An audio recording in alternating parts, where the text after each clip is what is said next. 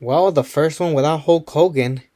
And what better way than do it than to do this where it all started in Madison Square Garden, 10 years in the making.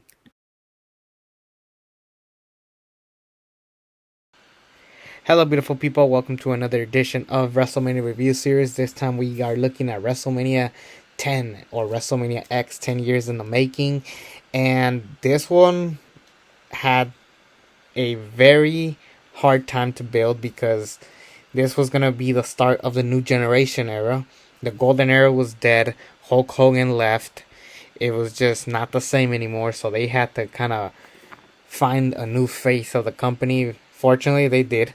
Um, but it was also needing to, but the show also needed to build new guys that were gonna come in and basically run things. Like who were gonna be your new faces, who were gonna be your new heels.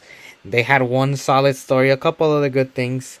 So they did a good job in that aspect of WrestleMania. As far as the show goes, it has two of the greatest matches of all time in one show.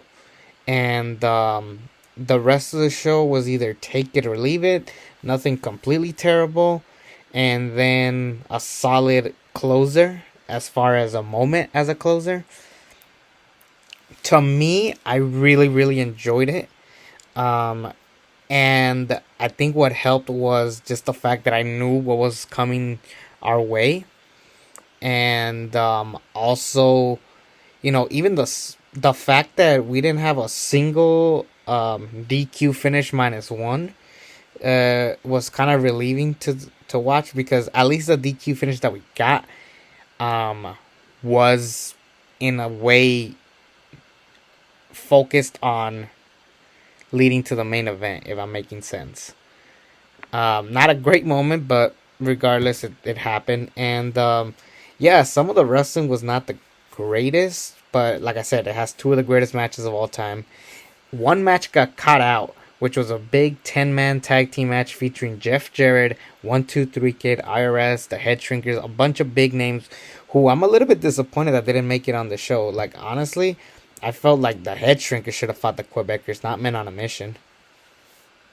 And then America the Beautiful was performed by Little Richard. Given that this was also the 10th WrestleMania, throughout each match they kept showcasing a WrestleMania and its iconic moments. And I was happy for that aspect, that they were willing to do that. And I like that they brought it back to Madison Square Garden. Granted, I thought this was going to begin a tradition of, every 10th WrestleMania, but then it makes sense given that now we can sell out massive stadiums. So for the time of being, that tradition, I was happy with it. Maybe one day, if the times go rough with WrestleMania, we can go back to the Garden. I don't think they're gonna go to the Garden anytime soon, but regardless, I am happy with this. And let's just kick it off. And what better way to kick it off than brother versus brother, Bret Hart versus Owen Hart, and one of the greatest matches of all time. Like I said, possibly the greatest opening match of all time. The story going into it was that Bret Hart was always seen as the top guy. Owen Hart was just seen as the Blue Blazer, a lesser than Hart, and he was jealous. He was hating Bret, and he wanted to prove himself. And even if that meant taking down his own brother, this feud got real personal, real quick. Bret Hart standing tall at Survivor Series, them breaking up at the Royal Rumble, having Bret Hart win at the Royal Rumble match, or at least co-win, and Owen Hart just being seen as a background character. He was done with it. He wanted to challenge Bret Hart, and sure enough, we get this 20-minute classic, and it was just them basically doing technical wrestling. They did powerhouse moves. They did high flying stuff. It was just a combination of every type of wrestling style. and basically the whole story was, can Owen Hart beat Bret Hart? And sure enough, he did. Owen Hart won, and this was an amazing match. I don't know if it's my favorite match of the night, but it was darn close. If it wasn't for this ladder match that we get later on, maybe this is the match of the night. I'll once I actually review it, I'll give you my official decision on what was the best match of the show. But this one was pretty good, and it's 100 times. This will never be topped. This is gonna be the greatest opening match of all time. Nothing will ever top it. Bryan and Triple H was close one year, but yeah, this was, just go watch it. It's truly amazing. Bam Bam Bigelow and Luna Michon beating Doink and Dink the Clown. This was just a typical comedy match, nothing too serious, and it was just Bam Bam fighting Doink and then Dink having a little comedy moment. Luna Michon. I will say this: there was this big beeping red light that kept interrupting. Not interrupting, but necessary. But it was very distracting, and you will tell later on when we get to the IC title match. You do see it throughout the show, but it's just very distracting. And this one was the match where we really can tell this light was distracting. Ooh yeah, the Macho Man Randy Savage defeated Crush. I thought the wrestling was good. I thought the brawling was the best part of this. But the stipulation kind of hurt this match. Now, this is a false count anywhere match. And in any scenario, you would say, "Ooh, false count anywhere match? That is awesome." This was a different type of false count anywhere match. Luckily, this is going to be the only time they ever do this. But basically, you pin the guy, and then you have 1 minute to get back in the ring. And it was a little bit distracting. It does pay off in one part where Mr. Fuji, who was managing Crush, he hits Randy Savage with the flag stick, and it almost cost him the match. And fortunately, he made it back in. It was kind of odd, and it was just so much stopping and going that it kind of takes you away from the match. But it's still a good wrestling match. Maybe if the Macho Man was wrestling somebody else, it would have been nicer. Or if it was just a simple false count anywhere match. Crush had a solid match here, but yeah, this took away from the wrestling aspect, that stipulation, and it does play a part in the end where they actually brawl backstage, where Savage finally pins Crush. He ties his feet, hangs him, and then he runs back to the ring. He knocks out Fuji, and he stands in the ring, and then Crush is about to make it back in the ring, but he doesn't quite make the minute mark, and Randy Savage gets his victory and his first ever WrestleMania match in the Garden, given that he didn't compete at the first WrestleMania. So for that aspect, it does save it, and it does give it some points. So that I enjoyed. The match, like I said, was good wrestling. The stipulation took away from it. That's the only thing that I would complain about. Alundra Blaze defeated Leilani Kai, and it makes sense. The first ever woman to walk into WrestleMania to take on Alundra Blaze. It was a good passing of the torch moment. That's about it. The wrestling itself wasn't there. Leilani Kai wasn't really known for her wrestling. She was more known for her character. Alundra Blaze is practically the 90s version of Charlotte Flair. But, I mean, it was nice to have a women's match in there. I do wish that at the time they would give the women more time. Granted, much later down the road, we do get phenomenal women's matches. Oh, I forgot about this match. Men on the Mission versus the Quebecers. They win by countout. It was so stupid. This would have been a perfect time to give it to the Head Shrinkers. Imagine if the Head Shrinkers beat the Quebecers. That would have been much cooler. Men on the Mission, they were just big fat guys. Mabel, who eventually becomes Big Daddy V, King Mabel, Viscera. Well spotted talent, even though he wasn't that great in the ring. Mo, who cares? I don't care about this match. It ended in a countout. I forgot this whole thing even happened, but I kind of like skipped through it in my head. But what I didn't skip through, even though it was a bad match, was this next one: Yokozuna versus Lex Luger. So part of Yokozuna having these matches with Luger and Hart, he was going to let the challengers pick the referee to prove that he can win, regardless of the referee. Plus, we've had a lot of crooked referees. We'll see it in WrestleMania 11 when we get to it. Just a heads up, I watched Mania's 10 and 11 back to back, and then I watched Raw on Netflix where Seth qualified for the Chamber. But anyways, let's move on. Yokozuna and Lex Luger, they fight with the referee being perfect. I thought that Lex Luger tried. I think the biggest problem with Yokozuna matches, they try when it comes to these guys to give him a lengthy run, and no, Yokozuna is not a lengthy type of wrestler. Like, he is meant to fight for a couple of minutes, not a whole like 15-minute masterpiece. No, you're not gonna get that from Yokozuna. There should have been maybe 5-6 minutes, and then have Luger still screw him, but maybe the DQ finish was unnecessary. I would have just had perfect do the perfect plex on Luger. Yokozuna does the bomb on him, 1, 2, 3, and then this is basically Mr. Perfect's payback. Even though they thought they made amends, and that would have continued that story there. But what can you do? Earthquake defeated Atom Bomb in 35 seconds. Basically, the only thing that I remember is that Harvey Whippleman kept mocking Howard Finkel. He kept pushing his buttons, messing up with his hair. Howard Finkel throws a punch, or he pushes him. Atom Bomb comes in to attack Howard Finkel. Earthquake comes for the save.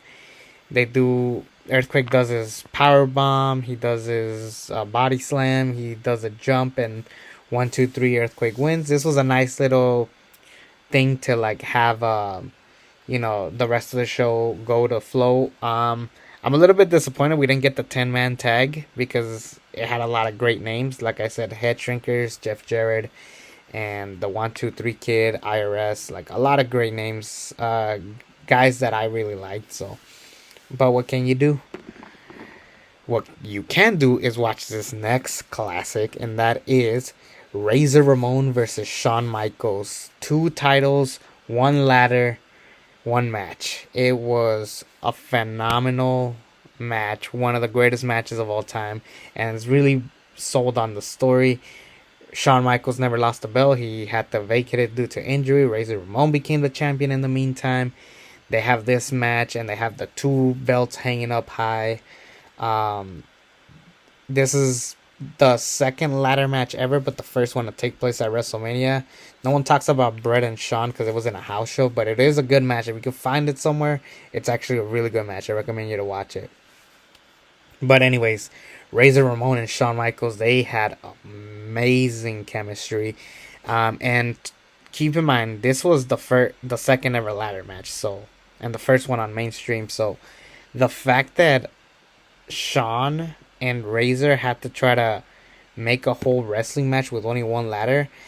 Funny story, apparently WWE just assumed that there was a ladder in Madison Square Garden. Granted, there was only that 1 ladder, so if it broke, it was over. So luckily, when they do this again, they prepared and they have 2 ladders. But if I ever review SummerSlam, we'll get to that. I like the fact that they kicked Diesel out of the match. That way it was a fair 1-on-1. And it played a part into, the referee. Nowadays, he wouldn't do that. They would just kind of interfere mid-match. But for what they did here was cool. It is also famous for a wardrobe malfunction where Razor pulls Shawn's tights. You see his bare ass. And then Shawn Michaels, being the professional that he is, he still does his elbow drop. There's a really cool part where Shawn Michaels stands on the ladder and then he does a dive like Jimmy Superfly Snuka or something like that. Shawn Michaels mocks the Razor's edge. Razor Ramon getting the upper hand, and Razor Ramon was a good heel, but man, he was a solid baby face here. He did an amazing job. The way he won it was Shawn Michaels getting tied up on the ropes. Razor Ramon takes advantage, pulls both belts, and Razor Ramon is still your Intercontinental Champion. Phenomenal match. I am debating whether or not um, which match was better. I think I'm gonna go with Razor and Shawn, just because even though there was a lot of moments where they did wrong, like the whole wardrobe malfunction, they improvised and they kept going. Not to say that Bret Hart and Owen Hart wasn't a great technical masterpiece, but it just feels more iconic. Maybe if it was showcasing more stuff, like this is like the significant ladder match. No ladder match has topped it.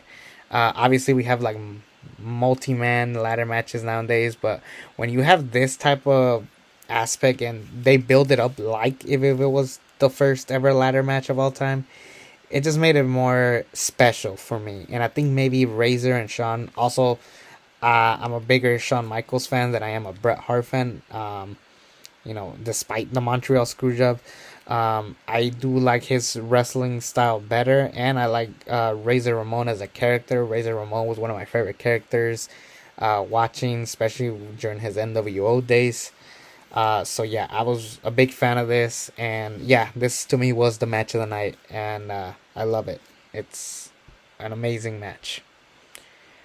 On to the main event. Yokozuna versus Bret Hart with special guest referee Roddy Piper. If you're ever gonna give Yokozuna a lengthy enough match, you have to put him with guys like a Bret Hart, guys who can carry these type of matches. And sure enough, that is exactly what Bret Hart did. I think that this match wasn't as good as 9, but at the moment helped it a lot. Roddy Piper being the referee, he snaps at Jim Cornette, hits him, slaps him around, hits Fuji. It made it more special for me. And then like the whole time it's like, oh my goodness, is Bret Hart gonna win? And I like that Roddy Piper wasn't biased towards Bret Hart, because even though they were good buddies, they're technically family. I don't know the story behind that, but you know, Roddy Piper was gonna play fair. Like he wasn't just gonna give it to Bret Hart just because they're buddies. This was a fair fight. The only time Roddy Piper really got involved was when he had to get rid of Fuji and Cornette.